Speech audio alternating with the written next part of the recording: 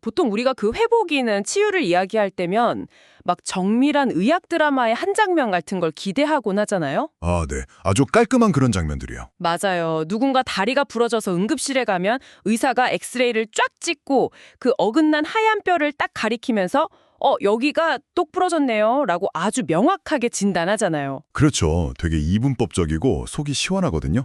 부러졌거나 아니거나 딱 눈으로 확인할 수 있으니까요. 네, 그리고 깁스를 하고 몇 주 시간이 지나면 뼈가 다시 붙고 마침내 의사가 완치 판정을 내립니다. 아주 깔끔하고 되게 안도감이 들죠. 우리는 약간 본능적으로 이렇게 눈에 보이고 명확한 타임라인이 있고 깔끔하게 분류되는 과정을 좋아하는 것 같아요. 하지만 이게 개인의 내면이나 공동체가 깊은 상실 혹은 예기치 않은 고난을 겪고 난 수의 세계로 들어가면 이야기가 완전히 달라집니다. 마음과 영혼을 찍는 엑스레이 기계는 존재하지 않으니까요. 아, 그렇죠. 기계가 없죠. 네, 그래서 우리가 마주하는 진단과 회복의 풍경은 솔직히 말해서 아주 탁하고 혼란스러운 진흙탕에 가깝거든요. 게다가 현대사회 특유의 그 능력주의나 고통을 무조건 피하고 보려는 쾌락주의가 섞이면서 사람들은 고통을 그저 빨리 치워버려야 할 장애물로만 취급하게 되었습니다. 빨리 예전의 효율적인 상태로 복귀하는 것만을 최고로 치는 문화니까요. 청취자 여러분 환영합니다. 오늘의 심층탐구에서는 바로 이 보이지 않는 상처, 즉 고난을 겪은 후 개인과 공동체가 단순히 상처에 반창고를 붙이고 덮어두는 것을 넘어서 어떻게 진정으로 건강하게 다시 세워질 수 있는가를 탐구해 보려고 합니다. 네, 아주 중요한 주제죠. 원래 서울대학교 음악대학에서 국악이랑 피아노를 전공하시고 심지어 중등교사 자격증까지 취득한 음악도셨더라고요. 되게 흥미로운 이력이죠. 사실 음악이라는 건 결국 리듬과 조화, 그리고 끊임없는 훈련의 과정이잖아요. 김 작가님은 실제 교회 사역 현장에서 수많은 사람들의 깊은 아픔과 고난을 마주하면서 단순히 위로의 말만으로는 부족하다는 그 상담의 절실함을 깨달았다고 합니다. 그래서 상담 쪽으로 방향을 트신 거군요. 네, 맞습니다.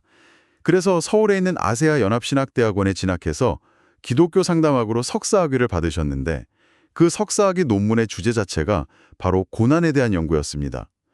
본인의 오랜 고민과 현장 경험을 바탕으로 기독교인이 겪는 고난을 성경적으로 어떻게 이해하고 또 어떻게 이겨낼 수 있을지 깊이 파고든 거죠. 음악을 하시던 분이 고난의 한복판으로 훌쩍 뛰어들어서 치유의 리듬을 찾아낸 셈이네요. 그래서인지 이 책이 막 단순히 기도하고 이겨내세요식의 뻔한 위로가 아니라서 너무 좋았습니다. 그렇죠. 그게 이 책의 핵심입니다. 성경적인 세계관을 아주 탄탄한 뼈대로 삼고 있으면서도 동시에 심리학이나 철학 같은 도구들을 아주 적극적으로 활용해서 체계적인 대안을 제시하고 있거든요. 그 부분이 정말 이 책의 가장 큰 강점 중 하나인데요. 신학적인 용어로는 이걸 일반 은총이라고 부릅니다. 청취자분들 중에는 이 용어가 좀 낯선 분들도 계실 텐데 네, 저도 사실 좀 생소했어요. 쉽게 말하면 이런 겁니다. 하나님이 인간을 치유하시기 위해서 성경이라는 특별한 선물도 주셨지만 동시에 심리학이나 의학, 그리고 모든 철학처럼 인간의 마음과 몸을 이해하는 보편적인 학문과 지혜도 모든 사람에게 선물로 주셨다는 뜻이거든요. 그러니까 그 두 가지를 다 써야 한다는 거군요. 맞습니다. 김은혜 작가는 이 두 가지를 아주 훌륭하게 엮어냅니다.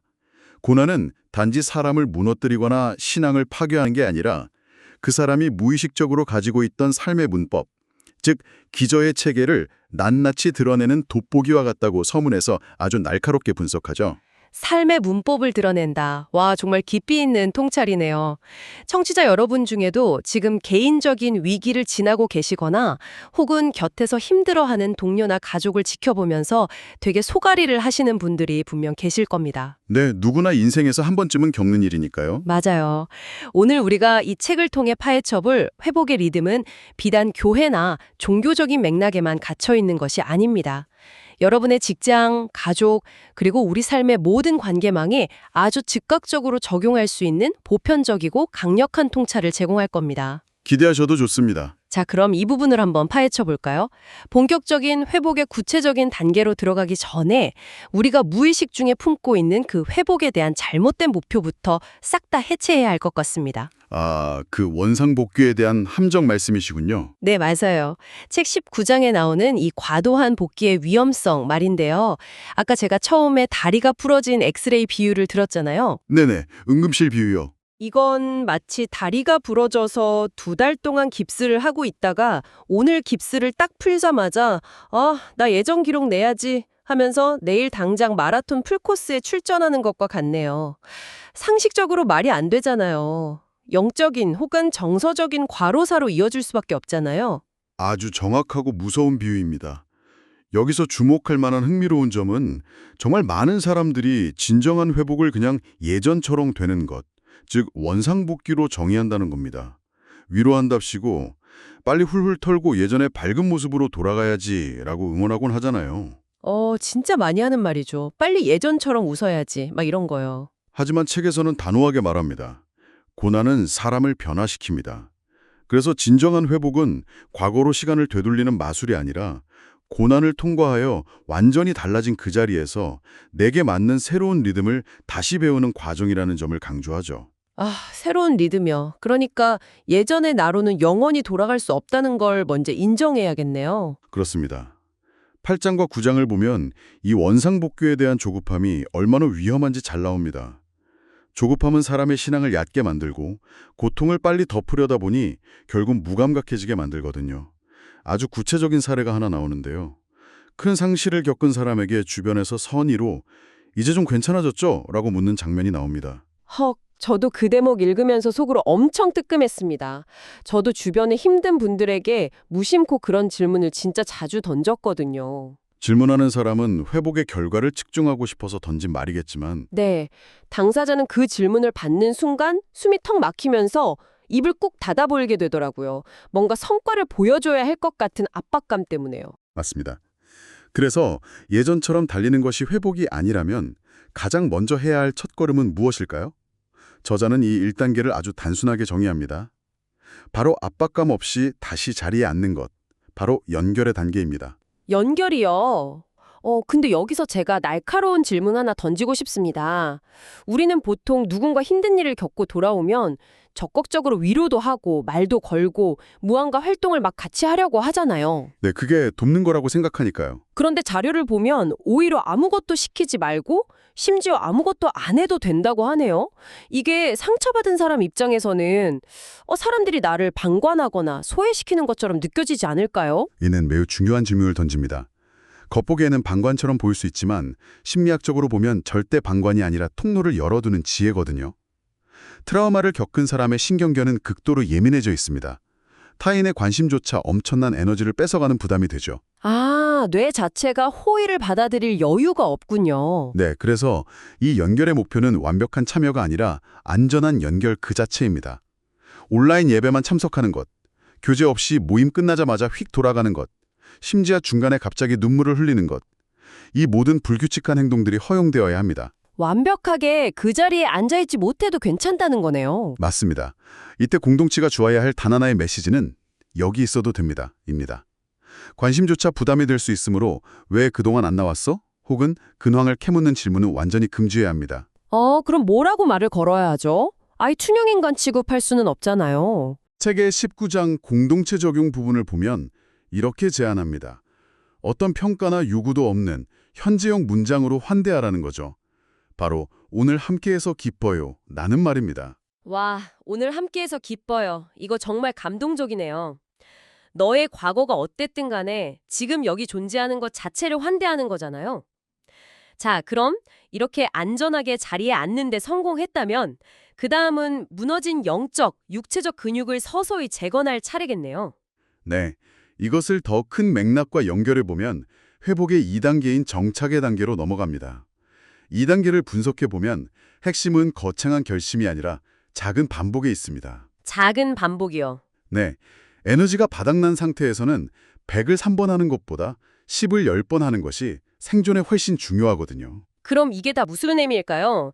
책에서 강조하는 그 최소 루틴들을 보니까 저는 진짜 머리를 한 대 맞은 것 같았어요. 어떤 부분에서 그렇게 느끼셨나요? 신앙서적이니까 당연히 기도를 하루에 3시간씩 해라 막 이럴 줄 알았는데 수면 시간, 식사 여부, 활동량 같은 아주 기본적인 생물학적 리듬을 점검하라고 하더라고요. 거창한 신앙적 해결책이 아니라 잠, 식사 같은 일상적이고 전인격적인 돌봄이 회복의 뿌리가 된다는 사실에 정말 감탄했습니다. 그게 바로 김은혜 작가가 기독교 상담학을 통해 보여주는 통찰입니다. 몸과 마음과 영혼은 연결되어 있으니까요. 주일 예배 리듬을 타거나 주 1회 또는 격주 1회 정도로 아주 짧게 안부를 묻는 체크 정도만 하는 거죠. 특히 희망을 구체화하기 위한 실천 방안들이 아주 파격적입니다. 네, 그 부분도 진짜 인상 깊었어요. 보통 감사일기 쓰라고 하면 무조건 감사한 일 3가지 찾아서 쓰라고 막 쥐어 짜잖아요. 그렇죠. 억지로 긍정적인 생각을 강요하죠. 그 정책이 완전히 이루어진 후에야 비로소 3단계인 확장, 즉 봉사나 원래의 사명으로 돌아가는 단계를 아주 천천히 진행해야 한다고 덧붙이고 있습니다. 와, 이거 진짜 뼈 때리는 조언이네요. 개인이 아무리 조심해도 주변에서 자꾸 찌르면 안 되잖아요. 그래서 개인이 연결되고 정착하려면 그들을 품는 공동체의 토양이 바뀌어야 한다는 거군요. 네, 개인의 의지력에만 맡기면 결국 다시 소진되고 맙니다. 제가 정말 흥미롭게 본 부분은 여기입니다. 4부, 즉 20장의 내용을 보면 회복을 단순한 이벤트가 아니라 문화로 만드는 3가지 장기 기준을 제시하거든요. 문화로 만든다는 거 너무 좋네요. 그 3가지가 뭐였죠? 언어, 달력, 평가 맞나요? 정확합니다. 이벤트성 위로가 아니라 조직에 반복되는 습관이 필요하다는 거죠. 첫째, 언어입니다. 공동체의 방향을 정하는 핵심 문장을 계속 반복해야 합니다. 예를 들어 사명은 성과가 아니라 신실함으로 측정된다 라거나 회복은 속도가 아니라 방향이다. 이런 문장들이요. 네, 그런 말들을 끊임없이 선포해서 공동체의 언어로 굳히는 겁니다. 둘째는 달력입니다. 보통 돌봄을 남는 시간에 하려고 하잖아요. 맞아요. 시간 나면 밥이나 먹자 이러고 영영 안 먹죠. 그래서 월 1회나 분기 1회처럼 아예 계획된 시간으로 돌봄 일정을 달력에 고정해야 한다는 겁니다. 이건 정말 대단한 통찰입니다. 청취자 여러분도 지금 여러분이 속한 직장이나 모임을 한번 생각해 보세요. 우리는 항상 누가 성과를 냈는가를 기준으로 평가하잖아요. 네, 그게 현대사회의 가장 강력한 척도니까요. 그런데 전문가님, 책에서 말하는 이 3번째 평가 기준을 보면 많이 한 사람이나 앞에 선 사람이 아니라 곁을 지킨 사람과 오래 버틴 사람을 칭찬하는 문화를 만들라고 하잖아요. 위기를 겪은 조직에서는 누가 성과를 냈는가보다 누가 곁을 지켰는가를 평가해야 진짜 건강한 조직이 된다는 뜻인데 이거 정말 회사 같은 데서도 완벽하게 적용되는 엄청난 리더십 원리 아닌가요? 맞습니다. 교회라는 구체적인 공동체를 상정하고 쓴 책이지만 여기서 제시하는 조직적 매뉴얼의 원리는 모든 조직에 적용됩니다. 능력과 성과 위주의 평가는 당장은 효율적일지 몰라도 결국 구성원들을 소진시키거든요. 하지만 기다려주고 곁을 지키는 것을 칭찬하는 조직은 구성원들에게 엄청난 심리적 안정감을 제공합니다. 결국 사람을 살리는 문화가 가장 오래가는 문화라는 거네요. 자, 오늘 김은혜 작가의 고난을 통과하는 교회 자료를 통해 살펴본 심층 탐구. 정말 시간 가는 줄 몰랐습니다. 네, 정말 밀도 높은 통찰이 가득한 자료였습니다. 핵심을 정리해보자면 회복은 억지로 밟아지는 것이 결코 아니었죠. 조급함을 버리고 아무것도 안 해도 되는 안전한 연결이 거쳐서 잠을 자고 밥을 먹는 작고 지속 가능한 정착의 리듬을 만들어가는 과정임을 다시 한번 되짚어봅니다. 여기에 제가 작은 조언을 하나 덧붙이자면 성경에서 말하는 십자가는 고난에 대한 완벽한 논리적 설명이 아닙니다. 그것은 완전히 이해되지 않는 고통 속에서도 우리와 함께 하시는 동행의 표지인을 기억하시면 좋겠습니다. 만약 누군가를 돕고 싶으시다면 어설프게 답을 주려고 하기보다 그저 묵묵히 안전한 식탁을 내어주고 한 문정의 기도를 나누는 동행자가 되어주시길 바랍니다. 네, 동행의 표지. 가슴에 깊이 남네요. 오늘 탐구를 마치면서 청취자 여러분 스스로에게 이 질문을 던져보셨으면 좋겠습니다. 여러분의 삶에 예기치 않은 고난이 찾아왔을 때 여러분이 가장 의지할 수 있는 최소한의 일상 루틴은 무엇인가요? 저도 꼭 고민해봐야 할 질문이네요. 그리고 여러분은 주변 사람이 넘어졌을 때 당장 일어서라며 성과를 묻는 사람인가요? 아니면 묵묵히 그 사람만의 속도를 기다려주는 사람인가요? 정말 묵직한 마지막 질문입니다. 네, 오늘 여러분의 마음에 새로운 회복의 리듬이 조용히 시작되기를 바라면서 오늘의 심층 탐구는 여기서 모두 마치겠습니다. 끝까지 함께해 주셔서 감사합니다. 감사합니다.